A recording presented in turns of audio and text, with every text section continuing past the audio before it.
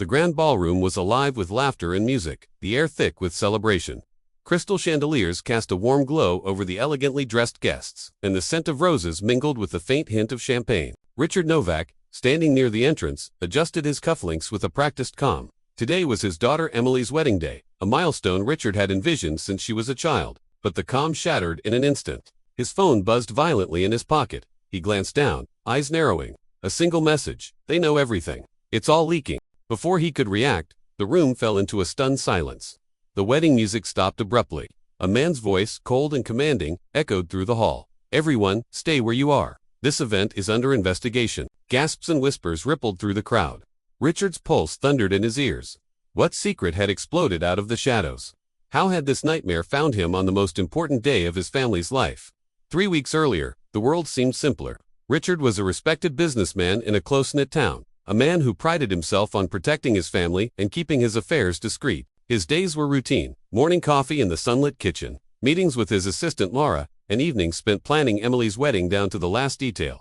Yet, beneath this veneer of normalcy, cracks had begun to appear. It started with whispered conversations Richard overheard when he thought no one was listening.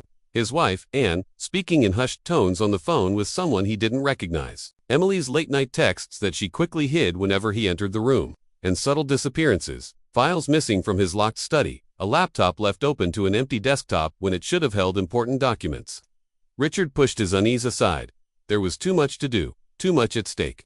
Weddings, after all, were supposed to be joyful, not fodder for paranoia. Laura, his trusted assistant for 5 years, had changed to once warm and dependable. She had grown distant, avoiding eye contact and taking calls in private. Richard chalked it up to stress. But when he found her rifling through his office drawers late one night, his suspicions hardened. "You shouldn't be here," he said quietly. Laura didn't deny it. Instead, her eyes flickered with something colder: resentment. "You think you own everything, don't you? The company, the family, their loyalty." She was right about one thing. Richard had spent years building a reputation, carefully curating his image. But what she didn't know was how far he'd gone to bury the past. How much he had protected himself from the skeletons lurking in his business. Laura's motives became clearer when Richard discovered anonymous emails, leaking confidential financial information and personal communications.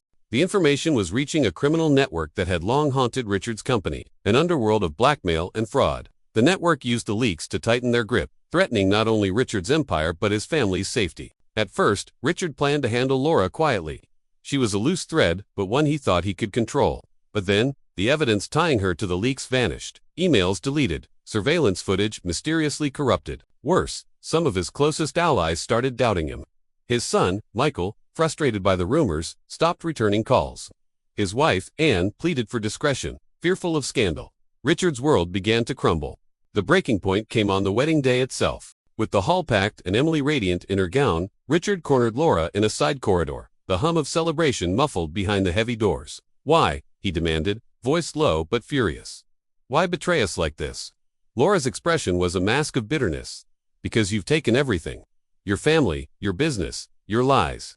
It's time someone else controlled the narrative." Their confrontation escalated, words sharp as knives. Old wounds reopened. Security found them moments before the argument turned physical, and Laura was taken into custody. Yet, the damage was irreversible. Investigators swarmed the wedding venue, tracing the leaks back through layers of deceit. A criminal network was exposed, one that linked not just to Laura, but to someone deeper within Richard's circle. Just as Richard began to believe the nightmare was ending, a late-night call shattered his fragile relief. "Dad, it's not Laura." Emily's voice trembled on the line. "The real traitor is someone else. Someone we trusted. Someone, family." The final blow came with the revelation that his own brother, Charles, had been selling secrets all along. His greed fueling the chaos that had nearly destroyed Richard's life. In the quiet that followed, Richard sat alone in his study, wedding photos scattered like ghosts on the floor. His family was fractured, his reputation tarnished. The man who once commanded control now grappled with loss and betrayal deeper than any scandal. He had survived the storm, but the calm that settled over his home was hollow. Trust, once unbreakable, now lay in ruins. Richard understood something he never had before. Some secrets are too dangerous to keep, and some wounds never fully heal.